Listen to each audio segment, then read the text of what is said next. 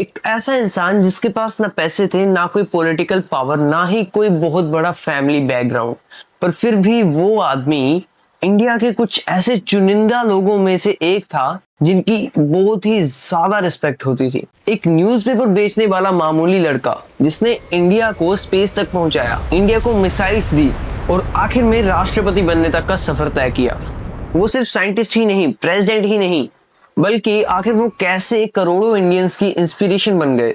ये कहानी है the missile man, APJ Abdul Kalam की।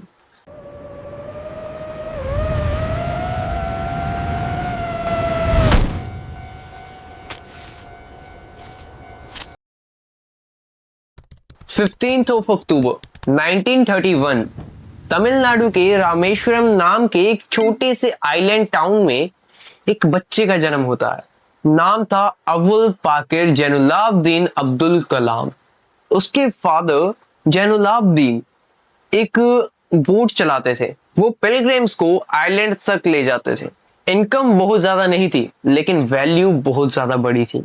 कलाम साहब बाद में लिखते हैं कि उनके फादर के पास कोई फॉर्मल एजुकेशन नहीं थी, परंतु उनके जो विजडम थे वो बहुत ज्यादा बड़े थे। फैमिली फाइनेंशियली ज्यादा स्ट्रोंग नहीं थी, इसीलिए छोटी उम्र में ही कलाम साहब सुबह सुबह उठकर न्यूज़पेपर बांटने का काम किया करते थे। दिन भर पढ़ाई, सुबह काम और रात को सपने देखना, यही कलाम साहब की दिनचर्या बन गई थी। हर सक्सेसफुल इंसान की लाइफ में एक ऐसा टीचर जरूर होता है जो कि उस इंसान की लाइफ की पूरी डायरेक्शन को बदल के रख देता है। कलाम की लाइफ में भी एक ऐसे ही टीचर थे, उनके साइंस टीचर। उनके साइंस टीचर ने एक दिन उन सबको बाहर ले जाकर वर्ड्स की फ्लाइंग एक्सप्लेन की कि वो किस तरह उड़ते हैं। उस दिन कलाम सिर्फ वर्ड्स को नहीं देख रहे थे, वो अपना फ्यूचर देख रहे थे। उस दिन उन्होंने ये डिसाइड कर लिया था कि उन्होंने आगे चलकर एयरक्राफ्ट और रॉकेट्स की फील्ड में ही काम करना है। इंजीनियरिंग की पढ़ाई कंप्लीट होने के बाद कलाम साहब ने एक बहुत बड़ा सपना देखा, इंडियन एयरफोर्स पायलट बनने का। उनका सिलेक्शन हुआ, फाइनल लिस्ट आई। सिर्फ 8 कैंडिडेट ऐसे थे जो कि सिलेक्ट होने थे। कलाम आए नंबर 9 पर। बस एक रैंक से उनका पूरा का पूरा सपना टूट गया। सोचो, अगर उस समय कलाम साहब गिव अप कर देते तो शायद हमारा इंडिया कभी मिसाइल मैन को देख ही ना पाता। 1960s का इंडिया, ना मॉडर्न लेबोरेटरीज, ना एडवांस टेक्नोलॉजी। रॉकेट्स के पार्ट्स कभी बाईसाइकिल पर ले जाए जाते थे और कभी बैलगाड़ी पर। इसी इन्वायरमेंट में अब्दुल कलाम जी ने इसरो ज्वाइन किया था। टारगेट था इंडिया का अपना सैटेलाइट लॉन्चर व्हीकल बनाने का। 10 अगस्त 1979 SLV-3 लॉन्च होता है और मिशन फेल हो जाता है। सैटेलाइट ऑर्बिट तक नहीं पहुंच पाती। मीडिया का क्रिटिसिज्म, सालों की मेहनत बर्बाद, पब्लिक का डिसअपॉइंटमेंट, सालों की मेहनत सिर्फ कुछ मिनटों में बर्बाद। लेकिन असली लीडर्स हमेशा फेलियर्स के बाद पहचाने जाते हैं। टीम ने हार नहीं मानी। एक साल बाद 18 जुलाई 1980 में इंडिया सक्सेसफुली रूहानी सैटेलाइट को स्पेस में भेज देता है। ये सिर्फ एक रॉकेट लॉन्च नहीं था, ये इंडिया के कॉन्फिडेंस का लॉन्च था। 1980s और 1990s में कलाम इंडिया के मिसाइल प्रोग्राम्स का एक इम्पोर्टेंट हिस्सा बन गए। अग्नि, पृथ्वी, आकाश, नाग, इन प्रोजेक्ट्स ने इंडिया की डिफेंस कैपेबिलिटी को एक नए लेवल पर पहुंचा दिया था और तब मीडिया ने उन्हें नाम दिया the missile man of India. मई 1998 India secretly Pokhran 2 nuclear test conduct करता है। डॉक्टर एपीजे कलाम इस मिशन में की साइंटिफिक लीडर्स में से एक थे। टेस्ट सक्सेसफुल रहा और दुनिया को ऑफिशियली पता लग गया कि इंडिया अब न्यूक्लियर कैपेबल नेशन है। 2002 में एक ऐसी चीज हुई जिसकी एक्सपेक्टेशन किसी को भी नहीं थी। एक साइंटिस्ट इंडिया का प्रेसिडेंट बन गया। पॉलिटिकल एक्सपीरियंस ऑलमोस्ट नहीं, लेकिन रिस्पेक्ट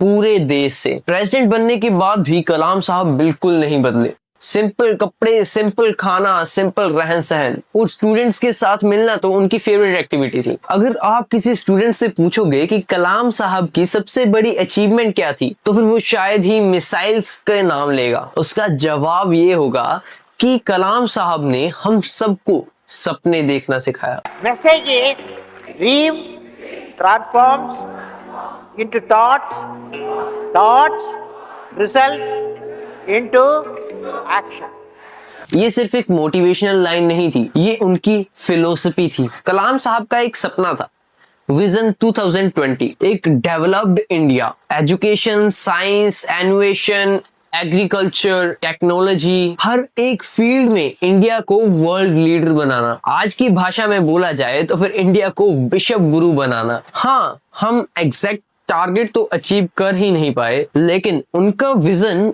आज भी लाखों यंग इंडियंस को इंस्पायर करता है। 27 जुलाई 2015, लोकेशन LLM शिलांग। कलाम साहब का लेक्चर चल रहा था और अचानक sir APJ Abdul Kalam stage पर कोलैप्स कर गए। उन्हें अचानक हॉस्पिटल लेकर जाना पड़ा और उसी शाम उनका देहांत हो गया। एक टीचर अपनी आखिरी सांस तक पढ़ाता रहा। अब्दुल कलाम साहब ने हमें सिर्फ मिसाइल्स बनाना नहीं सिखाया था, उन्होंने हमें सपने देखना सिखाया। उन्होंने हमें बताया कि आपका बैकग्राउंड आपका फ्यूचर डिसाइड नहीं करता। वो एक मिडिल क्लास मुस्लिम फैमिली से थे, उन्होंने काफी क्रिटिसिज्म भी झेला, लेकिन आखिरकार उनकी सोच के हिसाब से उन्हें देशवासियों का प्यार भी मिला और ये सिखाया कि एक न्यूज़पेपर बेचने वाला बच्चा भी प्रेसिडेंट बन सकता है। और इसीलिए डॉक्टर APJ अब्दुल कलाम सिर्फ इंडिया के मिसाइल मैन नहीं थे, वो हर उस इंसान की उम्मीद थे जो कि ये बिलीव करता है कि नॉलेज और मेहनत से दुनिया बदली जा सकती है। आखिर में जय हिंद, जय भारत।